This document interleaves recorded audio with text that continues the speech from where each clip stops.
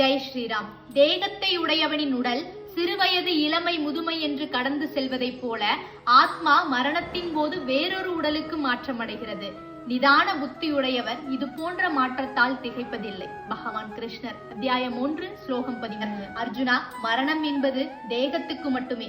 தேகம் என்பது சிறுவயது இளமை முதுமை என்று தன்னை மாற்றிக்கொண்டே இருக்கும். ஆனால் ஆத்மா என்பது மாறுவதில்லை, நிலையானதாக இருக்கும். மரணம் என்பது ஆத்மாவுக்கு இந்த தேகத்தை விட்டு, இந்த உடலை விட்டு வேறொரு உடலுக்கு மாறுவதே மரணம். அதை இவ்வழியில் பார். நிதான புத்தியுடையவர் இது போன்ற மாற்றத்திற்கெல்லாம் திகைப்பதில்லை அப்படிங்கறதாங்க இந்த ஸ்லோகத்து மூலமா சொல்லியிருக்காரு. மரணம் அப்படிங்கிறது நம்ம உடலுக்கும் நம்ம தேகத்துக்கும் தான். உடல் மரணிச்சதுக்கு அப்புறமும் ஆத்மா வேறொரு உடல் மூலமா இந்த பூமியில வாழும் அப்படிங்கறதாங்க கிருஷ்ணர் சொல்லியிருக்கிறாரு.